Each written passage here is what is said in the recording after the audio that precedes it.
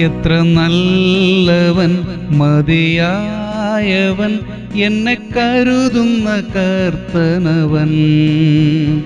എൻ്റെ ആവശ്യങ്ങൾ എല്ലാം അറിഞ്ഞിടുന്ന ഏറ്റവും അടുത്ത സഹായകൻ താൻ. നെഹമ്യാവ് 4:7.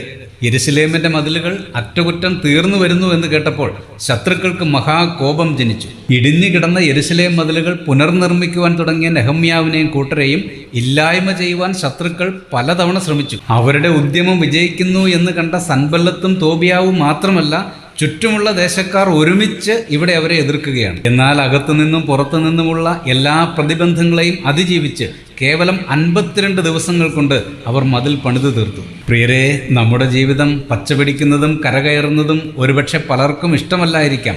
തകർക്കാൻ, ഇല്ലായ്മ ചെയ്യുവാൻ ശ്രമിച്ചേക്കാം. പക്ഷേ പണിയുന്ന ദൈവം തൻ്റെ പ്രവൃത്തി ആരംഭിച്ചാൽ അതിനെ തടയുവാൻ ഒരു ശത്രുവിനും സാധ്യമല്ല. അതിന് ദൈവസന്നിധിയിൽ നമ്മെ തന്നെ നമുക്ക് സമർപ്പിക്കാം. പ്രാർത്ഥിക്കാം. പ്രിയ പിതാവേ, അടിയങ്ങളുടെ ജീവിതങ്ങളെ മനോഹരമായി പണിയണമേ. തടസ്സങ്ങളെയും പ്രതിബന്ധങ്ങളെയും മറികടക്കുവാൻ കൃപ ചെയ്യണമേ. യേശുക്രിസ്തുവിൻ്റെ ധന്യനാമത്തിൽ തന്നെ ആമേൻ.